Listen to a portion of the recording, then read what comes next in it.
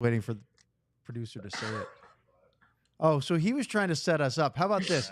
I'm waiting for our producer to say live so we can start. And guess what? He just wanted us to banter because Sam is mad about his computer. Sam was saying some really dumb stuff, and I wanted to catch him. Yeah, but we're too professional for that. Just film me all the time. This is the DLLS Dallas Stars Podcast. We're already a mess, and we're just started. So let's go.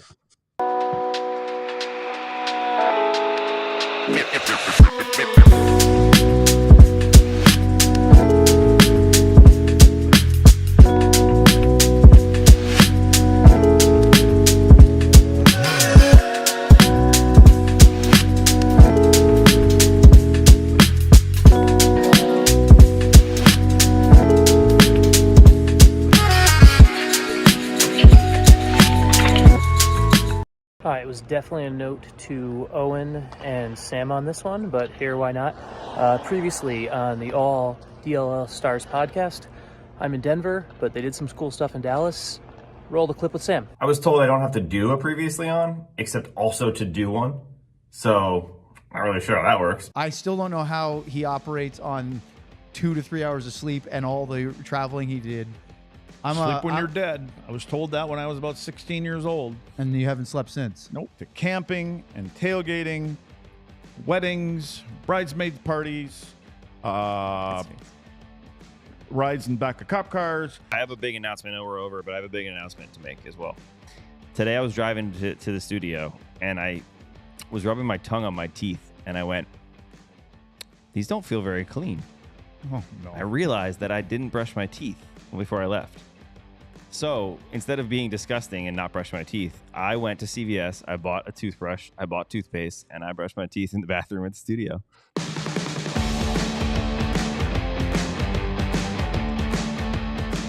It is Tuesday, October 1st, and this is the DLLS Dallas Stars Podcast. Today on the show, Sam doesn't have a mint and yet probably still brushed his teeth. Welcome in. It's Sean, live from Denver today.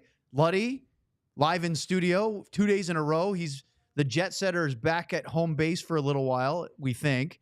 And Sam's here. I'm Owen. And look at the map today. We've got a Colorado appearance.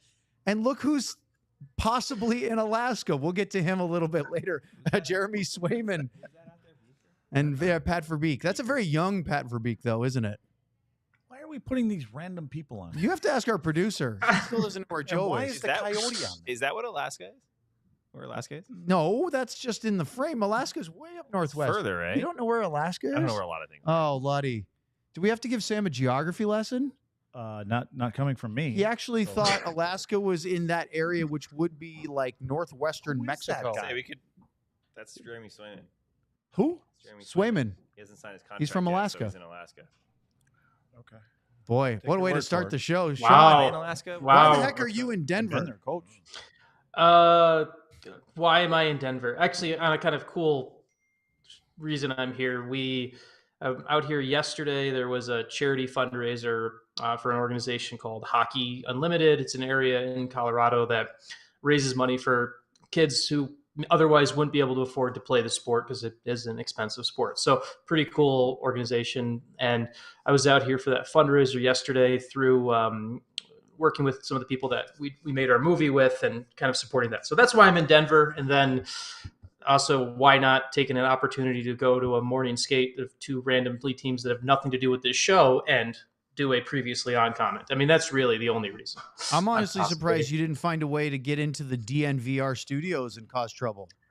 I met people from DNVR. That was actually kind of our Supreme Overlord Brandon, whatever Brandon's title is, he right? would be the founder and CEO of the ALLCITY network, but you can call him our Supreme Overlord. I like Supreme Overlord better. I actually had texted.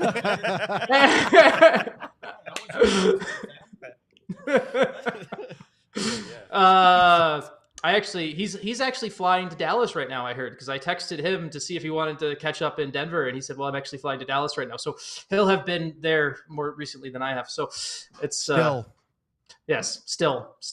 Super chats. Plug it. Sean. No, he's got powering plenty through of the plenty thin of wind air. in his lungs. He's got enough there. So what? Yeah. So there you go. Sean just put us on notice. The big boss man, the head of the entire company, going to be here. We have to be on our best behavior. He's here now. No, later. I think he'll be here tomorrow. He's By the on way, a, Josh he's on a, Ogrod live in studio in the lounge with us tomorrow for our show at 2 I gotta o'clock. put on a tie. Can be That's one of it. That's the end I'm of assuming it'd be one of those clown ties, right? One of them little short ones. Yeah. It doesn't look I like was that just- on me, though. I was just, that's the Just- first time, by the way, that's the first time I've tried to lay out on something Sam has said. And I was just curious to see how long everybody would do it. Just complete deadpan. I know John loves the layout big time. And somebody says something and you just, Luddy's great. He can check his Sean, phone. Hey, John, happy there was a time when this used to be a hockey show. Happy October, boys. yes, Yeah. yes, yeah. So, hey, it is October now, which means the season's around the corner, but we still have one more preseason game to go. We're going to talk about that when we do our pregame and postgame show on Thursday, Stars at the Blues. But a topic that we actually had on our run sheet for a couple of shows and kept getting bumped for other topics because, we have plenty of things to say and usually not enough time to say it all, is the NHL coaching carousel. And so let's start with our very own NHL historian, Craig Ludwig. Oh, okay. He was waiting to hear who we were bringing in as the story. I can't imagine from when you started playing to now that it's the same. And what I mean is there are 5 head coaches that are still with the team that hired them through the offseason of 2022-23. So the last 2 seasons, all but 6 head coaches have changed out of 32. The reason why I bring that up is 5 and 6 is Andre Tourigny, who's the head coach of the Utah Hockey Club, was also the head coach of the Arizona Coyotes. But because they relocated, technically he's with the same group of players, but he's on a new team. Think about this. Martin St. Louis, and Sean loves this bit, was hired on February 9th of 2022 as the interim head coach of the Montreal Canadiens. That was 2.5 years ago. He is the 5th most tenured head coach in the NHL currently. Luds, that was not the case when you started playing in the NHL, that coaches were changed as much as they are now, was it? No, they stuck around. I don't even know if there were coaches that were fired after 6 or 7 years.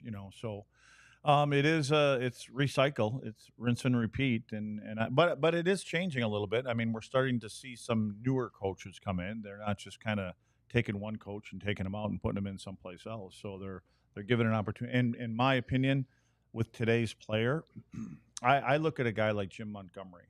I think Monty is perfect for this NHL, and I say that because he was a college coach, and I think the junior coaches, especially in college, when you're only playing 2 games a weekend, you play Friday and Saturdays typically. You have to know where all of those players are all day long for the other 5 days of the week. You got to check in with their grades and all that other kind of stuff. So you stay in touch with them and you kind of get to know what makes them tick better. And you're in that age bracket to where the young players come in from junior at 18, 19 years old, and then you get some old dog like say Hitch, and how they were hard and they'd go right through you. So you get to know the personalities a lot better as a younger guy, and you understand and you can relate to them more. Sean, the reason why I use 2022 is because there's a huge change of coachings during that summer, but that's also for a Dallas Stars podcast when Pete DeBoer was hired, and he is currently the 8th longest tenured head coach, which is ridiculous. He's just getting ready to start his 3rd year in charge of the Stars. Now, again, the Tourigny technicality, we could argue that on another time. It's all semantics, right, Luds? Yeah. So Great use. But let's pause. I didn't see that make the flashback. Luds used the word semantics wonderfully on the show yesterday. Asked if I was listening. I was listening. So let's call back to that for once. Semantics. Well, what's the question again? I wasn't paying attention. Yeah, I was going to say, I don't even know if Luds remembers using semantics yesterday, but he did. Oh, no, I saw the clip. Yeah, I saw the clip. yeah, I saw the clip. I saw the clip. Yeah. Yes. What was the other word? Yeah. It was the non sequitur. Yeah, sequitur thing. Yeah, I didn't. Slacker. So anyway, Non-sequitur. Sean, when DeBoer came in, he was the 3rd coach of that offseason hired because it was Bruce Cassidy with Vegas first. Yeah. And that was on June 14th of 22. 3 days later, John Tortorella was announced as the coach of the Flyers. And then 4 days after that, DeBoer, a day after Paul Maurice, et cetera, et cetera. But the reason why I really wanted to look at that was from the time that basically that group became head coaches, almost 5/8, more than 3/4 of the league has changed coaches. And now we look at another offseason, and we've had it again. Now, we had a couple interims, including one that made it to a Stanley Cup final in Edmonton last year, become a full-time guy, and Chris Knobloch. John Hines in Minnesota was an interim guy last year and became the regular guy. Same with Drew Bannister in St. Louis. Patrick Waugh, Jim Hiller. There was a whole slew of that, and now there's a whole bunch of new head coaches this offseason. Of the new ones, anybody particularly stand out to you? Lindy Ruff in Buffalo, Travis Green in Ottawa, Craig Berube goes to Toronto, Sheldon Keefe to New Jersey, Scott Arniel in Winnipeg, Dan Bilesma in Seattle, Ryan Warsofsky in San Jose, and Dean Evison in Columbus. I mean, that's an exhausting list of just from this offseason. Well, if all the new ones, like you say some new ones, but a lot of that list is recycled too, right? Like there's to me, I think Warsofsky's a really fascinating guy for me from a perspective of he goes to San Jose and there's going to be Warsofsky is going to get a chance. I think like when we have this conversation a long time from now, I think Warsofsky is going to be one of those guys who actually has a chance to stay on this list for a long time because like I'm in Denver right now and we just talked to Jared Bednar. Bednar's been there since 2013. He was one of the rare coaches who got to go through the learning process. He got to go through Mikko Rantanen's rookie season. He got to go through Cale Makar's rookie season. He got to go through one of the worst teams ever with no full expectations and was able to build and be part of that group for a long time. For me, that's why Warsofsky is really interesting to me because he's a younger coach, actually younger, like not younger in his first job, but like actually age-wise, he's actually a younger guy. And he's going to be part, and they're going to give, and that organization, everyone understands that the build this is 4 or 5 years of build before there's any real contention on this. And so he's going to have the chance with the Celebrini and a Will Smith. That to me is the longest one where I think there's the longest staying power there, just because there's the fairest expectations on a coach, and a coach is going to grow and learn. So that's why I'm really interested about Warsofsky. The other one is like in New Jersey. And you have with Sheldon Keefe, he goes there, and if Lindy Ruff story, right? If Lindy Ruff gets a goalie, he puts his team in the Cup final, right? Like that's the whole thing. Like Lindy Luds knows full well. Luds wears a ring that Lindy doesn't have because they beat that goalie, right? Lindy lost the job in New Jersey because they couldn't get someone to stop a puck. Keefe comes in. I don't think he comes in and he gets an opportunity where they're actually going to have two goalies they trust. And that Devils team is going to be better. So Keefe's going to be kind of up there. Those two, to me, kind of top the storylines from a coaching perspective. Yeah. Sheldon Keefe's an interesting one for me. I wrote the Devils preview for the Hockey News earlier in the summer before this all started. But so I dove a little bit into looking at Sheldon Keefe. He's been just incredible in the regular season for Toronto. We know the lack of success in the playoffs, but looking at him overall as a regular season coach, he's had a ton of success. He's got a great record. They score a ton of goals. They usually do decently well on the defensive end. And now I'm just curious what Sean said. Can they take that next step? It'll be fun to watch how good New Jersey is because they have. We talked to Luke Hughes might miss a little bit of time, right? We talked about that. But other than that, they're 10 times more healthy than they were last season. They have two goalies. So it'll be interesting to see what he can bring to that team. And then on the flip side, Lindy Ruff in Buffalo, they talked about it a little bit on one of the 32 Thoughts podcast episodes, how you have to adjust if you're going to be an older coach in this league. If you've been around a while, the Maurice, the Lindy Ruff, Lud's talked about it a ton of times. You can't coach the same way you coached 15 years ago. It's just not going to work. You're not going to get to these players. Lindy Ruff's one of those guys that people have said they were very pleasantly surprised that he took on that adjustment and has done it well. So those are the two I'm keeping my eye on. I'm happy you used the word adjust, and I was thinking out as you guys were talking, and it's more about the adjustments at playoff time.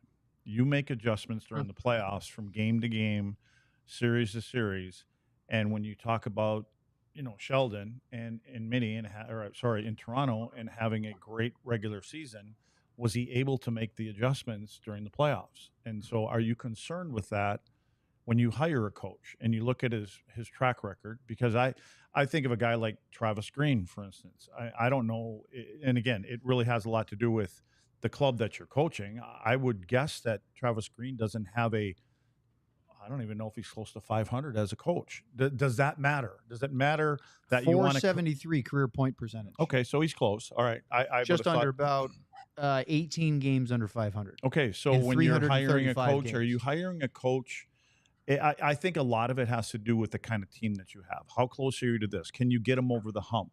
And maybe the hump is getting them into playoffs. Maybe the hump is you got a bunch of young kids, which I go back to.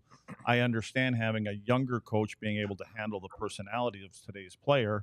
Or do you bring in a coach that has won a cup or two, like Tortorella? I think Torts is really good with young players. I think he can help players develop. But what it appears to me is he kind of wears his welcome out, and he rides people hard.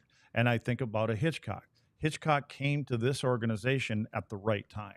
There were a couple big personalities that needed to be maybe knocked down a little bit and buy in, and it's not just about individual things. So you have to, I just think the right guy has to come along at the right time. And I also think when you're hiring a coach, what are the conversations? Like Jim Nill here seems to think, or not think, I know that it's more of an up and running, let's go, let's score, we're high paced. Do you bring in that kind of a coach?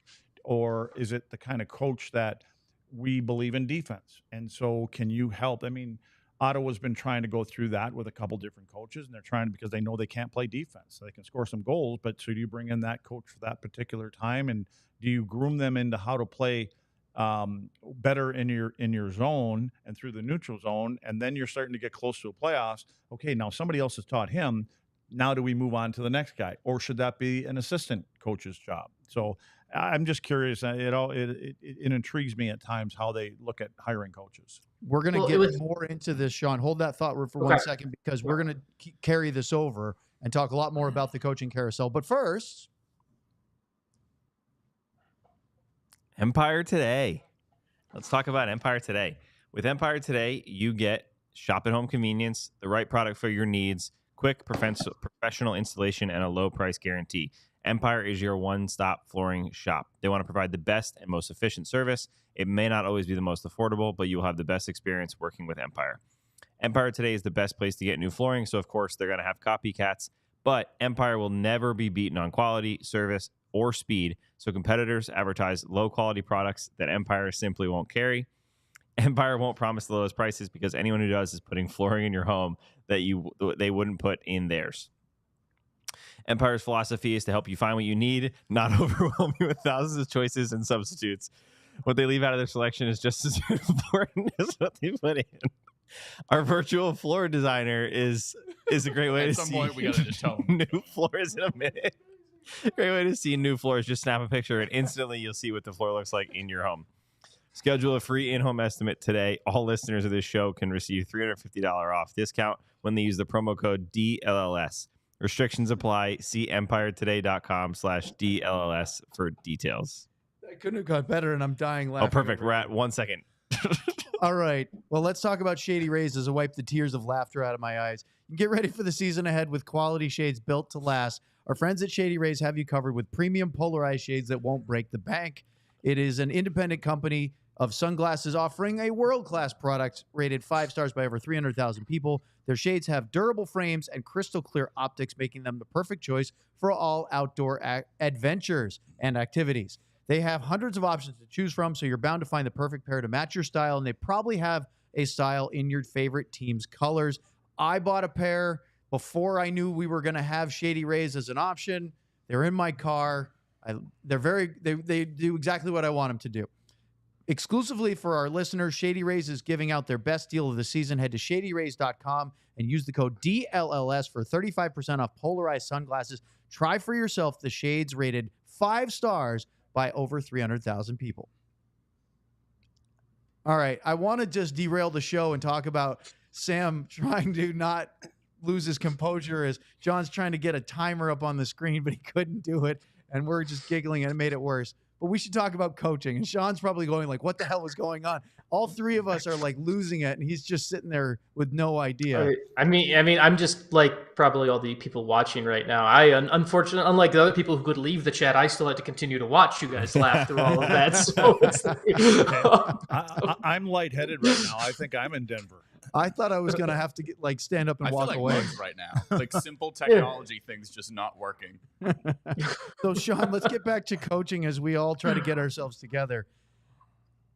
I asked these guys about anybody that stands out. You mentioned that as well, but I mean, and I made that comparison about over 2/3 of the league after 2 years. It's over half the league since last summer.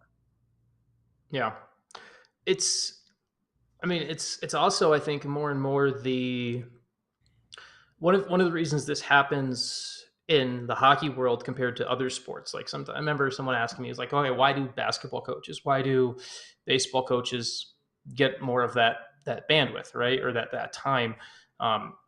It's this sport is it's part of the side effects of the economics of the sport still too, where for ownership of teams to make money in the NHL, and the model is changing a bit, but everything was crunched during COVID.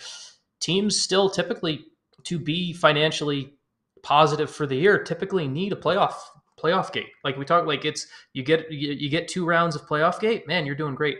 And so from an ownership perspective, since you're not just printing money from the TV deal the way that the NBA guys are, or some of the other ones are, you get more pressure from ownership to, well, that didn't work. We got to be in the playoffs next year.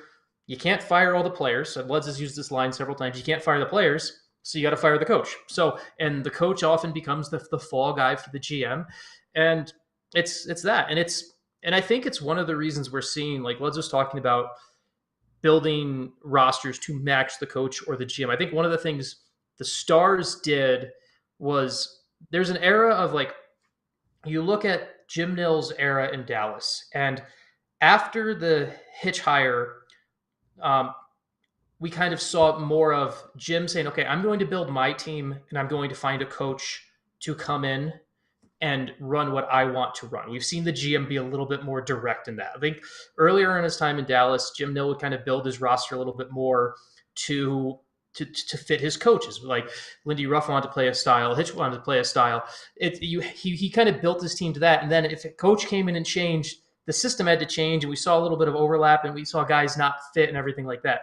I think Nill in the past 4 or 5 years has basically said, okay, I'm going to build a team that I think will play this way and the way I want it to play, and then I'm going to find a person who's going to coach that way. Not everything's as smooth as that, and I think that comes into play here too right now. Luds, I have so many questions here, and we don't have enough time to do them all, but let's talk about the interims really quickly, and then we'll get back to, I want to talk to you about Berube in Toronto too. I think that's really fascinating. But the interim head coaches, right? Chris Knobloch got him to the Stanley Cup final in Edmonton. You've got John Hines, the midseason replacement for Dean Evison, who's now popped up in Columbus. Drew Bannister got the job for Craig Berube in St. Louis. Of course, Berube we just talked about. And then Patrick Waugh with the New York Islanders and Jim Hiller with the LA Kings. That's it? That's all of them. Yeah. Right? So of those, which one do you think has the best shot of really sinking in and not just being a short-term solution? Chief right off the bat. Why? You're talking about Berube up in yeah, Toronto. I'm talking about Craig Berube. He comes in. That's why I say that. So Toronto Maple Leafs have a really good offensive kind of, it just seems like there's a bunch of good guys there, right? And they have a good time. And I've been on those kind of teams, and somebody had to come in and kind of turn your way of thinking and maybe knock you down a couple notches. And I think what Berube will do is he will have the Toronto Maple Leafs playing playoff hockey from day one. And here's how we're going to play in the playoffs. And again, I look at some of the people that have come through the St. Louis organization, their general manager, who I think is one of the best in the NHL, and Doug Armstrong. He came from here, and there was that base that came from here, and it's how they won in St. Louis. So instead of being that high-flying act all year long, there's going to be some more things instilled how to play playoff hockey. And so I think he's the one that's probably going to make he's going to have a good regular season. They have a really good team. Yeah. I mean, they're going to score their goals, but they're not going to be just thinking that all the time. There's going to be some more detail put into playing the other half of the rink. I think. And I think there's going to be a little bit more of an edge played from their team. So that's the first guy that comes to mind for me, and I think he'll have the biggest impact only because he's got a really good team that he's working with, and he's only got to tinker and try to change the mindset of a few guys. You don't have to change the whole team, and it may be the new captain. It may be Nylander. You know, those kind of guys are going to have to play a different kind of style of game when they get – when they're 20 games out before the playoffs start. Could you see this being a little bit of a Modano situation with for Austin sure. Matthews and those guys. Yeah, and that's when Hitch came in. Yeah. You know, and Bob was behind that. Bob was kind of the guy behind the curtain and was helping Hitch, and Hitch had no problem being that guy, you know. And for guys like me, I've said this before, we kind of found it refreshing where we're going, man, we're the ones that are getting beat up on all the time, and the superstars just kind of go about their way. Now all of a sudden he's given Mo a hard time, and he's giving Hully a hard time, and so we're kind of liking that. So everybody's digging it because now we're pulling them into our side, and it was really that he was brought in to get us over the hump here and get guys. The other thing that Gainey did, he started bringing guys in from Montreal. Yeah, I mean, Screwy came in and Carbo came in. You know, all of a sudden you're seeing little pieces of Montreal come in because when we came in Montreal, we were programmed to play a certain way. It was defense, and you know, you took care of your own end, and that's why the other guy I would say is probably Patrick. I think Patrick has and I think with Lou there has been the general manager since God was a cowboy. I mean, he's been doing this game forever. You know, and he's got that. I mean, he won all those cups in New Jersey. They won with defense, and I think now he's bringing in Patrick, who I think still believes in all that stuff, and he thinks that he's going to tighten that group up a little bit more to get through the playoffs. Sean, what do you think about the change up in Seattle with Dan Bilesma? Won a Stanley Cup with Pittsburgh. It feels like Seattle's been a little weird as far as how they've had their coaching staff so far. Can he be the one that gets them to a little bit more stability? You know, they had a nice little playoff run 2 years ago, ended by the Stars in 7 games. Last year was a real step backwards for the Kraken. Yeah, from a personal perspective, if he does well, I would be happy with that, as he's a fellow Bowling Green alum. So that's of course. that's always fun when something like that happens. But I mean, he's had success too with their AHL team has gone to the Calder Cup final back-to-back years, losing to Todd Nelson actually and Hershey in the last 2 years. You talk about people on this list who I'm amazed that he's not on this list with all these people. We talk about coaches coming in. Just Todd Nelson should be an NHL coach is my random side note here. But I look at that Seattle team and I see where I'm not sure how much it's coaching with that team, honestly. I think it's a team that, while Vegas came in and was really good at maximizing assets and moving for pieces for guys that were ready to play in the NHL and have an impact, Seattle's done a little bit of the slower rebuild, and they've gotten some younger guys that, like, Matty Beniers hit a wall in year 2, right? Like, Matty Beniers, year 1 came in, everyone knew him. Year 2, he hit a wall. Everyone knew what he did. And that's why, like, I've talked before about how much I think Wyatt Johnston is going to be just a rock star that keeps going up because he got better in year 2.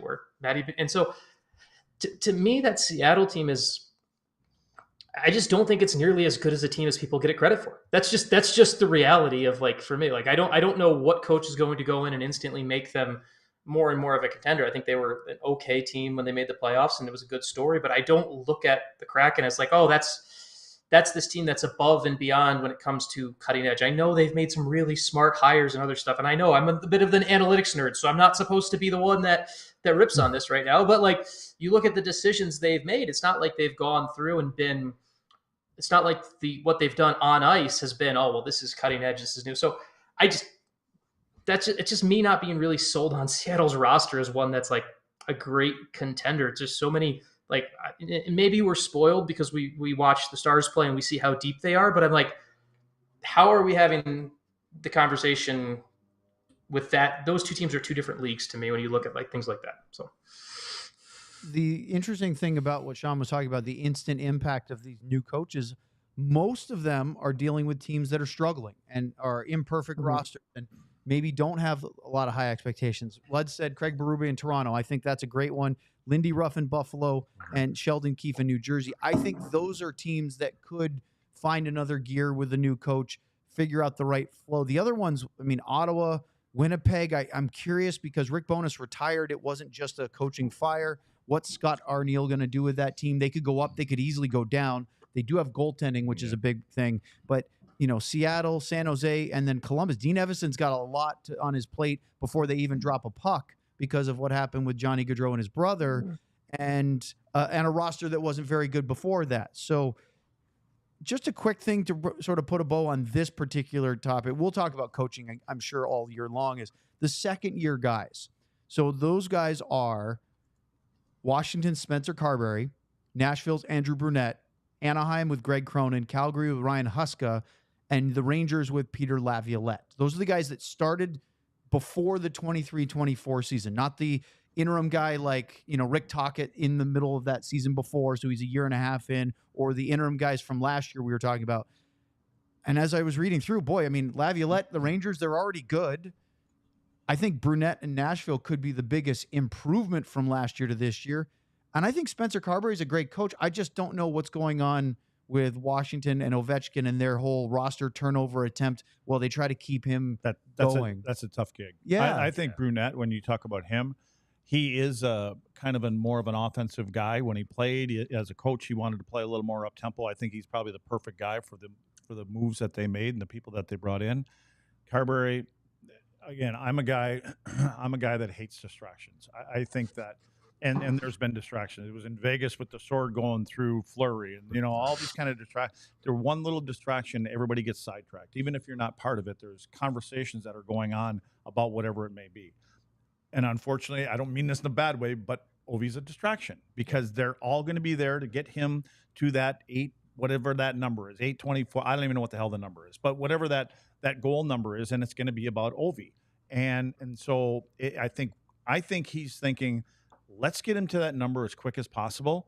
Then he can go back and he can play in Russia, and then I can move on with coaching, and hopefully he's going to last that long. I don't know. I mean, but I think that any coach that was coming into that organization kind of knows where they're at. And they know this is what we're doing. 894. 894. It's okay. Goals record. Wait. I know. I knew there was something. I had to say something that tripped his trigger. I'm just laughing at I'm just imagining that we have our Joe Pavelski dinger, so it's 48 goals, right? Until there it is. I'm just. You think that Carberry has a countdown to 48 where if he scores 40, if he's at goal 47 this year, and he's like, if we get him 48 by the end of the year, you know what? He's going to go play for Moscow Dynamo next fall. Well, listen, how long is his deal? Mr. Know-It-All. How many years has he got left? Does he have he has one more year left, right? After this one? I think it's what? Yeah. I think it's one more after this year. Yeah, exactly. See ya. Okay, so Go away. Go away. You're sitting on the top of the mountain, and now let's start thinking. Now, you know what? Now let's start thinking about the organization. Let's start thinking about our path back to winning a Stanley Cup, and I think Ovi's going to be the same way too. You know what? I'm here. I personally believe that Ovi wants to get it over with, probably worse than most people, because I look at him he's not just all about him. I think he's a team guy, and I think he knows that, do you think Ovi's coming off the ice with a minute left in the power play this year? Not a chance. He'll be hanging out there, until they drag him off. So, and I don't think that's good for team building, bonding, whatever you want to call it. Boy, good stuff. We could just keep going, but we have to pause for a minute. Up next, we are going to get into a idea that Sam hit the diehards with. But first, Sleeper, eh? I'm awake and I'm not going to laugh at this one. No, you're ready. Sleeper is the best fantasy league platform out there. Put your ball or puck knowledge to the test soon by picking whether your favorite or least favorite players will have more or less in their projected stats each week. Tonight, the MLB playoffs are underway. Texas Rangers in there? They are not. Yeah, I had a feeling. I think I knew that. Brew Crew. In the Astros-Tigers game, you got him. I'm riding. It took him 30 seconds to lose his composure. Jose Altuve to have more than 1.5 total bases. With Sleeper, the more picks you combine, the more you can win. All the way up to 100 times your money. Sleeper keeps you in the loop with instant alerts for breaking news, major injuries, so you can stay ahead of the game and keep track of league updates in real time. If you think you have what it takes, download the Sleeper app, use the code DLLS Stars to get up to a $100 match on your first deposit. Terms and conditions apply. See Sleeper's terms of use for details. Currently operational in over 25 states. Check out Sleeper today. All right, it's time for us to talk about becoming a DLLS diehard. In fact, our next segment is going to be dedicated to fans that are diehards of ours and any of the shows here at DLLS. Why would you become a diehard and spend $80, $79.99 annually? Well, lots of reasons, including you get a free T-shirt. Yes, one of those. Any of the ones that are available on the DLLS merch shop on the alldlls.com website, you get a promo code for a free one. That covers a very big chunk of your annual subscription. You get one every year you sign up. Then in addition to that, you also get exclusive content, things that are maybe behind the diehard paywall on our website, things that Sam and Sean have written. Sean's not on the screen right now, but he just did a piece on Logan Stankoven with a film study, which we haven't even had time to talk about today. All of those things and much, much more, go to DLLS, alldlls.com and become a diehard. What do you do with your gum when you're done with it over here? Do you like just hand it to Luds, or is it like a garbage can over here? No, I think if you give chewed gum to Luddy, you're going to end up gonna getting a like couple chewed knuckles. gum. Yes. Yeah. You will look like two. You're gonna make me look like you chewed just have gum. random thoughts, don't you? It just pops out there. That's Yeah. a non sequitur. I want to call it That's being a non writer, sequitur. but I That don't is think non I don't think sequitur. Sean does that as much. So maybe it's not No, being Sean's a a writer. little bit more focused than Sam's watching the cricket. Let's get the crawl focus across. in here now. Let's get a little focus in here now, All right, boys. so this segment actually goes to Sam because it was his idea. He wanted to pitch it to the What are you gonna do with your diehards. gum now? And What is it? so, Oh, lines. Sam, why don't I let you tee this one up? Yeah, all right. Diehards, we've been talking to you over the last few weeks, asked you for your expected or projected or just what lines you'd like to see. And we told you we'd look at them. Today is the day. So, John, you just pop up a graphic and we'll look at them. Yeah. All right. Let's start it off. We got Freelancer.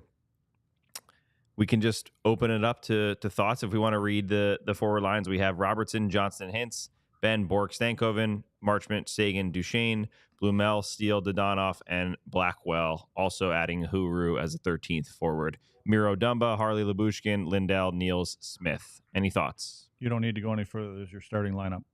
You think so? Yep. You think Blackwell's the scratch? What about the fourth line there? I one disagree with that. with Blumel in there. If Robertson can play opening night, You think it'll be Blackwell?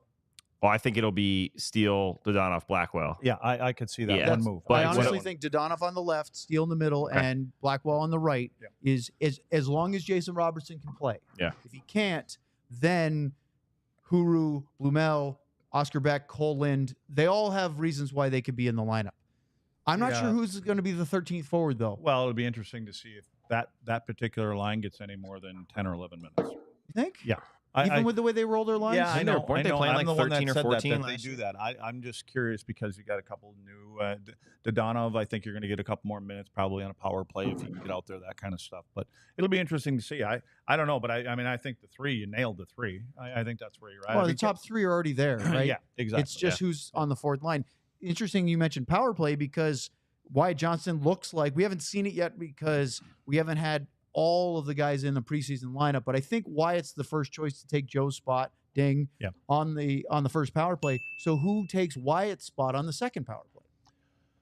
Well, I think what you do is Because you're going to have take- Sagan and Duchesne out there with Marchment. Well, you're going to take. Right? Does Marchment what get you're it? doing is Yeah. you're taking your two top lines, right? You're taking your two lines that are out there, Yep. and then you're throwing in a forward on each group, or you take, that's what I'm saying. So you've taken That's what I Jamie think. Benn and Wyatt from, or excuse me, Jamie will be on the first group. he's on the first group Yep. because you take a defenseman out, Yep. and you're going to have Miro and you're going to have Harley. So do you put Maverick Bork? Does he get a shot at power play time? Or is Marchment, that Duchesne, Stankoven? Is it beginning Stankoven? That's probably the one, right? Seen Yeah. Stankoven out the lot doing It's a got lot to of be power play time. Stankoven, Duchesne. Is You got March Harley March and- at the front? Marchment, I believe, is also Harley What do you on think, that John? unit. You line up Sagan. I think it's a lot of. You're gonna have Well, so you many stumped guys them. play on that. He's No, it's just flabbergasted. I'm just trying to be as kind as possible right now because I don't think breaking down who takes whose spot on the second power play is important. No one gets healthy. Like these teams, so many guys. Like last year, the Stars had 3 or 4 guys play 82 games. Right? Everyone is going to end up. Maverick Bork is going to play on the power play. You're going to have all these guys in different power play spots where it's. We need to teach Sean something about doing daily content. For 82 games. Sean, I know. You're not writing a 140-page article right now. I know, Can you I just know, give us but your like, answer? the lines are fine. Who cares who's going to take the second I spot on think the power play? altitude's getting to him. I think he's getting Getting to him. altitude sickness. Let's pop up the next How one, about the next John. one? Sean is Yeah, already yeah. bashing Yeah, all the no. diehards for Lines- participating. Yeah, well, speaking of Hockey is articles, better- Sean O'Connor sent us a two-parter, which he basically wrote an entire article. So here's his forwards, and I'll have his D's All read right. as well. Forwards: Robertson, Hintz, Stankoven, Well, it's the same. Ben top- Johnston, Bork.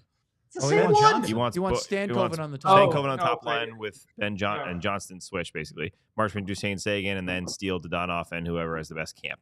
So what do you think about? We We've talked talked about about this Stankoven on the before. top line. What do you think looking at it overall? I think you'll see that combination at Yeah. some point. I think we're talking about what you're going to start the season Yeah, with. I think Wyatt starts up there, I think that Pete DeBoer has saw how Jamie kind of got a fire lit underneath him playing with a couple of young guys, and I think he's going to do the same thing again. And don't you think from what that we have seen this year and what we know from the AHL, I'll give Sean a chance to say something because he'll No, actually. I don't want to talk about lines. They No, no. change all the time. Okay. I don't want to talk Okay, about lines. then you hold on because Is we're this going to where talk. we hang up on him, or how do we? Yeah, cut there him he off? is. He's just off the He's gone. screen. He's still there. You just can't see him. We'll talk to Sean again for the Boston Bruins segment when we start next. But how about the next one? I just think that with Bork and Stankoven playing he's well together. back. Oh, they brought him back. I have to keep it on. I him to put think the you got to lines. I'm start sorry. with the two AHL guys together, Bork and Stankoven. Yeah. They're not the former AHL guys because those Familiarity. and Yeah. their relentlessness. Yep. They're And they've looked good. attacking the puck together.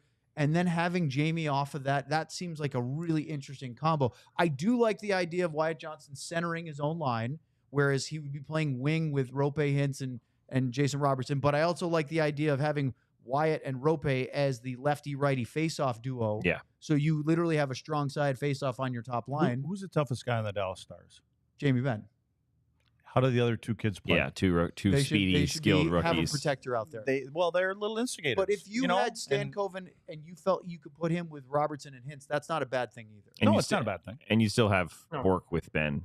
So and here Johnston we're is sitting, saying. and can you imagine being Pete DeBoer? I mean, you're just chomping Yeah, at the that's bit. great. Let's It's go. a great I have combinations. I Yeah. have a lot of Yeah. good options here. We And talked when about teams the aren't post-game playing show well, the other this is night. what you do: is you I mix your saw, lines up. you saw Ben Sagan, excuse me, let's try that again. Ben Duchesne and Sagan briefly during that preseason game, and I go, hey, I'm not starting a game like that, but if something's not going well and you shake Exactly. it up, Yeah.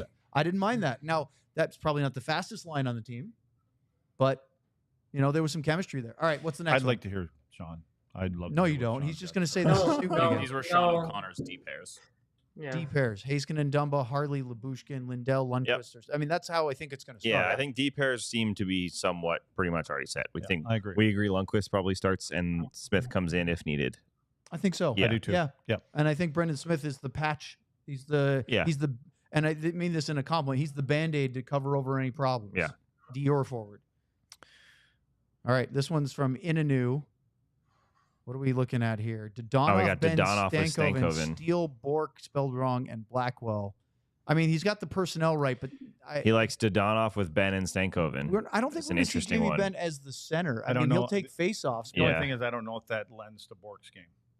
I don't know, but I mean, it's a Yeah, possibility. I mean that's the old way of doing it, right? You put the new guy Yeah. in the fourth line and just make him play those minutes. But yeah, I agree. I think Look, he has the skill That's an to do interesting it. possibility, and if Sean wants to weigh in, that could happen. If Maverick Bork isn't playing particularly well, he could get demoted to the fourth line, and that's okay because they have Dodonov, they have Sam Steele, they have guys that can get promoted.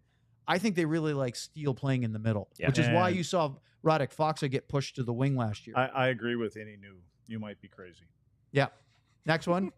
Oh, Yeah, wait, no, go back to that one. Go back to that last one. I Look did. at the I D did. pairs. Wait! I hear something. From I actually beyond. had some. I actually had ahead. something. Go from the- I He's did. got one No. of them oxygen bottles down there, or up there. Go ahead, Yeah, Sean. Go for it. it's- I do think from a Bork perspective, one of the things I really like about Maverick Bork going into this season is he's not someone who is going to have to, like, you think someone who was the AHL MVP and had their opportunity, and like you think like that fits a bit of the profile of, hey, this kid's going to have to be in that top six spot. This kid, I've spoken to him about it at length, the way he puts his work in, like, if that's the spot he has to be in on the fourth line playing that role, he'll do it, and he'll do it effectively. Like, Yeah. I think from a Bork perspective, like, he's a guy who I think is really going to surprise some people this year because people are only going to look at his game from, hey, here's the points and everything he had in the AHL. And that's important, obviously. But But to me, Bork is really watching. I watched him play in Texas in person about 3 or 4 times last year, including a game in Chicago where it really stuck with me, where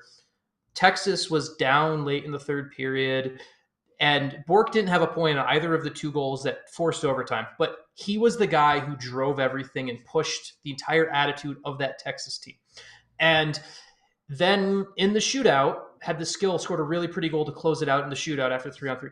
To me, like, I think Bork is going to surprise some people once they get to know him. And he's going to be one of those guys people are going to love, because this is a guy that does everything the right way and has that it factor where he understands the moment, not just the moment in the game, but the moment of like, okay, if this is my job today, that's fine. It doesn't stop me from putting in the skill where I need it. So I think people are going to be really happily like surprised when they start watching Bork on a night to night basis to realize that this kid is more than just point totals he put up in the AHL. Yeah, and I think the one thing important with that is the AHL, if you're the guy for a team, you're the guy for most situations, right? You're not just the guy they're putting out in the power play with a minute left. You're probably killing penalties or at least out there with a minute and with a 1-goal lead. And Texas Stars captain Curtis McKenzie said the same thing. He said, Bork just decided to take over last year. He said he just was, if there was a situation, Bork was jumping over the boards. And he said it gave everyone energy. It gave everyone confidence in that guy. So I agree with you, Sean. I think that he can easily translate that to the NHL, and his 2-way game will surprise some people. Thank you for your submissions. We were out of time. I was going to make fun of him spelling Labishkin, which made me laugh, or having Bischel in the top 6, which, look, he's going to happen eventually, but I don't think Liam Bischel starts the year in the Stars top 6, and that's okay. But before we get to that, we have one more thing to talk about. And it's Sean with the DLLS internal read. Go for it, Sean. What have we told you? I mean, right now you're telling me that you guys care a lot about talking about lines on October 1st, so I'm going to ask for October 1st in the future to not be a show that I'm on. Happy October. But what if I did tell you there is a really cool place out there where sports fans and Dallas sports fans can get everything they want. You can have the community. You can get great coverage of your teams. You get some pretty cool shirts. I think we got some that John's going to throw on the screen right now. We get some pretty cool shirts, I believe, if they're going to show up here. There we go. Some pretty cool shirts. And you get all of this for less than $80 a year by becoming a diehard member.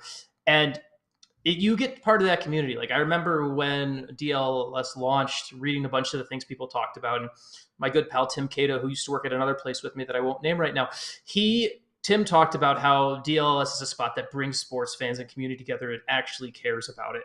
And that's what you get from the diehard level. You get a spot where you get to be part of these conversations. You get to come in and have these. You can make I'm frustrated. I don't like talking about lines, but you know what? I'm happy to have these conversations with you because there's people who care so much about the Stars and want to have these conversations on October 1st. That's what you get at the diehard level. That's why you support this. And plus, you get some pretty cool swag yourself. I don't know. I think he was kind of sucking up there after he said he didn't want to talk about lines. Now he wants people to read his articles. He had to make up for a boo-boo out there. We can walk it back. He's just trying to promote his movie. That's what I feel. Do we have our lines? Did we? I mean, are we agreeing on them? Well, let's make Sean upset a little bit more. Here we go. Ardell wrote in Sean's 2 favorite topics: LTIR and line/B pairings. No, I mean, and he's salty too. Yes, he is. Sean, you know what it is? Salty. It's the altitude. The altitude and the flannel. Yeah. No, flannel. He's liking the flannel. Well, you buttoned it up. It looks like you had it flying out at the morning skate. You were going casual. Yeah, I realized that after filming the video, and I still decided, I was like, okay, well, I just didn't want to film this a second time. Yeah. I'll go back to your lines just for 1 second. I think you have to have a driver on every line, and I think you did in that first one. You have a driver on every line, and I get when I say driver, I mean someone that pushes people back, and I think Rupe pushes defenders back. I think he opens up the offensive zone. I think Stankoven pushes people back. And so that, and like when you look at the other line, Matt Duchene still does it. Matt Duchene enters the offensive zone and he pushes things back. it allows the other ones to do that. Now, if you took Bork, and like you said, if you put Bork down on that fourth line, I don't know if he gets all the minutes he probably should deserve, but he would probably be the player that opens up space and creates space with speed and the ability to handle a puck. So, but I think when you look at your top three lines with Bork in it, you're real close to having that problem as a opposing coach, what they had to face last year against the Dallas Stars. Yeah, we have a super chat. Where's the sound? Don't we have a super chat sound? No, we've never had one of those. Something made noises. Well, Ardell wrote in $5.23. That's a Lundqvist Lindell super chat. Are these on purpose? Yes. That they're doing that? Okay. I just want to make sure that I understand. He's doing this on purpose. I just want to make sure. How long on the leash does Nils get to be a net positive? Can he be a starter? This team can't give away points early in the season for development. He has to be. Who else? Who else are you going to use this year? I mean, is it going to be Smith? I'm just saying he has to get as much opportunity and get confidence in his game, and more importantly, get the coaches have confidence in him. I don't feel like the coaching staff gave him enough leash last year for that. Right.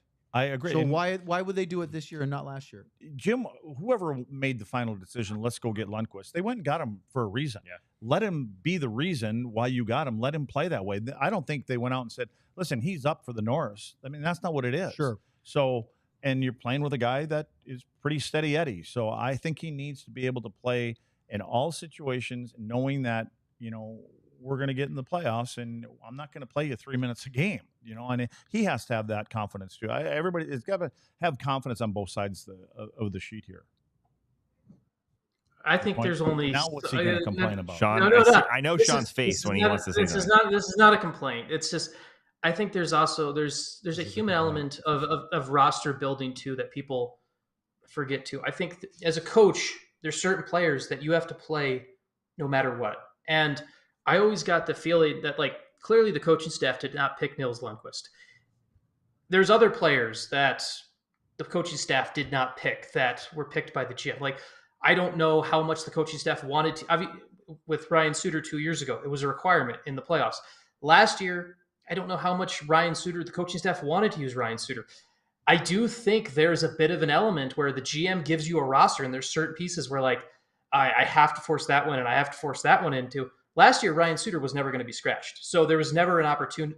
You had one thing where the coaching staff was always saying, we're going to get this guy in no matter what.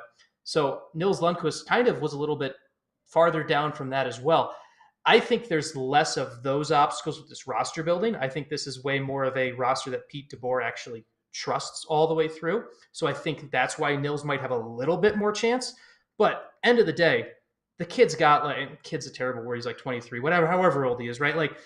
If he's not the guy by game 10, I don't see how he ever plays again for this franchise. He's got to figure it out in 5 or 6 games, because it's going to be a real quick leash from Pete DeBoer. Pete DeBoer wants to be winning games into late June. He's going to make his decision on Nils Lundqvist in the first 10 to 15 games. In my view, either Nils is going to figure it out, or he's going to be waived and traded by February, and Bixel gets a chance.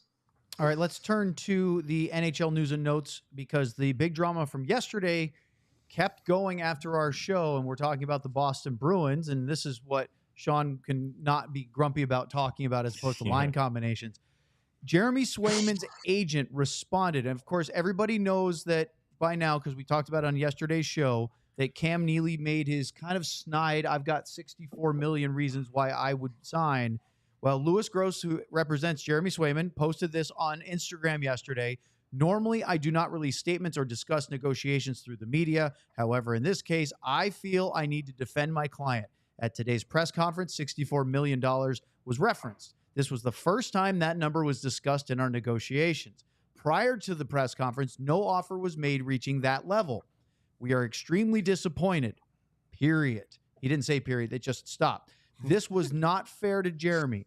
We will take a few days to discuss where we go from here. Wasn't the offer 7.6 or 7.8? So he's not lying. Sean, you probably know. Wasn't the offer right around 7.6 or 7.8? 62. 7.8. So it's really a 62.4 million as opposed to 64 million. But they didn't get so nobody's lying here except for Cam Neely. Yeah, because it wasn't. Yeah, okay. Yeah, well, an exaggeration on his part, but a very slight one. And the other the other wrinkle that nobody really picked up on yesterday, or not enough, and we missed it because we were too busy with the Cam Neely comments, was Jim Montgomery announced that Jonas Korpisalo would be the Bruins opening night starter. Well, of course he did, because they don't have Jeremy Swayman signed and in camp. So that's kind of his only option. But does that move the needle as much as what the response from the agent was, Sean? Yeah, I mean, it's to me, this is all calculated. That's the thing where like people are like, the Bruins, this was a calculated play. Was it sloppy? Yes, but it's now put the pressure on Swayman. It's made Louis Gross's life more difficult, because he had people on social media saying, "Oh, you never gave this offer to your agent, to your client," which is completely untrue. And so Gross had done his job, and so now the Bruins have gone and said, "Oh, we would do $64 million." The pressure publicly goes on to Swayman now for a bit, and this is like, we saw this in Dallas. This is part of Jim Montgomery's playbook. Jim Montgomery wants a media that is tough on his team. That is who Monty is. I've covered him closely. I've spoken before. One of the things he didn't like about Dallas, like he loved a lot of things about Dallas during the time there before his career in Dallas came to an end, but Montgomery wanted us to be harder on players. Like, I had that conversation with him. He's like, I'd like players to get. And didn't Dallas ownership also feel that way? 100%. I mean, Lutz. I remember a story Lutz told me a long time ago, where Lutz told me, like, you guys used to read the papers and you'd be like, "Oh man, they're talking crap about me. I've got to be better." Players don't do that anymore. It's this show, right? As much as we have the Stars fans watching this and loving this, there's nothing we say on this show will make it to a player unless they go out there and seek it. It's not like they're going to turn on the radio and they're going to hear it. You're saying Jamie Benn's not tuned in right now in the chat? If Jamie is tuned in on the chat, I can't even think of what I would. I know, same. I just got a lot of smirk from Buddy. That was the whole point. So if Jim Montgomery wants a tougher media, he wants players to be motivated by this. He also wants to play good cop, bad cop with guys. And so when Benn and Seguin were called out by Jim Lites came out and was willingly the bad guy. He was the president who played a card. Jim Montgomery co-signed it. Jim Nill co-signed it. They were like, "Oh man, that mean president." Oh, players and presidents never interact. They never ever interact. So all of a sudden, we have a bad guy. Oh, we have two now. Montgomery and Sweeney can go back to Gross and Swayman. We're like, "Oh man, Cam really spoke out of turn." But you know what? Hey guys, we can be more amicable and everything like that. And it just becomes, oh, well, Cam Neely misspoke. And that's it. When this was really just a whole calculated thing to put pressure on Swayman. And to me, it's also, you know what everyone says, like, I don't know how Doug Armstrong would make it work, because he said, like, I would offer sheet my own mother. But if there was, how are there not 6 offer sheets for $9.5 million on Jeremy Swayman's door this morning, right? Like, that to me is the perfect example where it's like, oh, they said they would do 8. Like, I'm going to go offer 8 and I'll get the guy to sign it. And like Columbus, right? They've got a ton of cap space, like, now for very sad reasons. But if I'm Columbus, I'm going to go, I'm calling Lewis up right now and say, "Hey, I'll do 8 by 9.5 because you'll sign it. And either you'll come here and we'll have our franchise goalie that we've been looking for forever. And then and then if Boston matches, they'll be completely messed up." So if offer sheets were going to happen, someone should be doing it today. Sean, let me throw one thing on there. Offer sheet at $9.5 million, you said, Sean? So yeah. 2 firsts, a second, and a third. Yeah. Is that a no-brainer for Jeremy Swayman to give up 2 first-round picks, a second, and a third? Jeremy Swayman's $9.5 million. Jeremy Swayman's not giving anything up. He's getting $9.5 million. No. I'm talking about a team. You said a team offer sheets him. So you're going to pay Jeremy Swayman. Let's say you're another team that needs a goalie. I mean, the rumors are more about trades right now, but if you tried to offer sheet him, you would give up 2 firsts, a second, and a third, and pay him Sean's hypothetical $9.5 million. Not me, because he has not been a 60-game-a-year goalie. He's split with another guy in the entire time. Sean, my question is, if you're the agent right now, since the 8 number was thrown out there, why wouldn't you say, well, let's do 4 or 5 years at 8.5? I would do it. I mean, that's the other thing. I would definitely do that if I was the agent. Like, okay. I mean, now you get to your number. You're happy. He's happy. I don't. And the other thing is if I'm sitting and I'm Cam Neely and and all the brass up there. Do we know that he can be our guy 100%? Can he play 62 games this year and do that for 8 years? Do you think it was smart for the Bruins to do it this order, this letting Ullmark go, trading him? Absolutely not. And then not having Swayman signed. They don't have any I know they have Korpisalo. He's a fine NHL guy, but is that a mistake from Boston? I guess we'll find out. I don't know. Here was their mistake. Their mistake was not taking him to arbitration. That was their mistake. Because arbitration, people think arbitration means things are going to fall apart. All arbitration does is puts a deadline on things.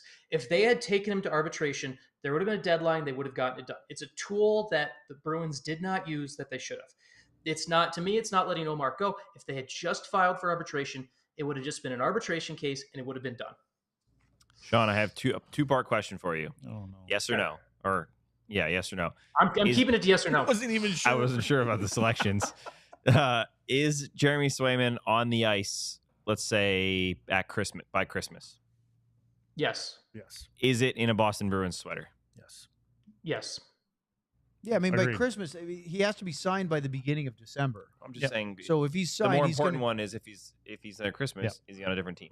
That's what I'm. No, I don't think he gets traded. I think Boston is playing a negotiating tactic. I like Sean's take about the good cop, bad cop. And Letty, that's the thing that really is interesting. It means that Charlie Jacobs, who represents ownership, you have your president in Cam Neely, you have your GM in Don Sweeney, you have your coach in Jim Montgomery. Well, it may have looked off the cuff. They all knew that was going to happen. Of course they did. I don't know. I'm just sometimes if you knew Cam Neely as a player, maybe you didn't know that was coming out. But then again, maybe they said, "Well, here I'm going to let this fly out there." I don't know. But I mean, Cam could snap, and he was really good at it, and he was scary when he snapped. And so maybe this was a snap. And I don't think there's anything bad going to come out. They're going to get their goalie. They're going to get him signed. I don't know. My feeling is they're going to do a little shorter term. He gets to his number. And I would think that Boston may be happy with it too, because now we can really see what we're getting. See, I think that everything I've read is that the Swayman camp have pushed term the whole time. That the longer term is pretty much their benchmark. They want that because I read that there were other shorter options and different numbers out there, and they really zeroed in on 8 years because that's what Swayman really wanted. And if you're giving up Linus Ullmark, you better make sure you don't lose Jeremy Swayman as well. Lads, your keyboard's starting to look like your shin guards over there. Got to get you a new one. That's a non sequitur. You like that non sequitur? It's like some little flyby bird all the time. It's like shoulder. That was a real comment, seen though. the other night. We had a cricket running around during the postgame show. I heard losing it. Losing it. I know he's afraid. Yes. I wasn't afraid. I was just excited. You were afraid because I offered to pick one up and give it to you. And you said no chance. Who wants that on your desk? I would. Crickets. That means it's closed. That means the show's over. The back of it looks like you drove a car over it. Well, how about that, Sean? Let's build up some more line combinations so we can talk about when you're back on Friday. Oh my God. Well, enjoy the rest of Denver. Don't get too lightheaded. And we'll be back tomorrow because we have another show getting ready for preseason game number 6 on Thursday. A guest tomorrow? Guest tomorrow. Oh, yeah, we have a guest tomorrow. We don't have a regular show tomorrow. We have Josh Bogorod, play-by-play announcer from the Stars, in studio tomorrow. Daryl Ray's assistant. Yes. And I told Josh this morning, I said, don't expect another Molson delivery. That Razor said something about, well, it's probably something you want to do only on Fridays. And Josh goes, really? He said, why? He was upset. So I said, I don't know. We may have to oblige. I don't know what our GM is going to do. That was all about our GM, Ben. Josh is a little closer to my height, too, so it'd be a nice guest for me. All right. Well, make sure you like and subscribe. Sean, thanks for being here as usual. Thank you, Tim, for listening and watching. For Craig, Sam, Sean, and for our producer, John, I'm Owen. We will see you tomorrow. Is Tim a farmer, or is that his last name, Farmer? Tim Farmer. I'm guessing by Tim Farmer. But is he a farmer? Who knows? He could be. Okay. Could be. Yeah. All right. See ya. We all silly like the mayor.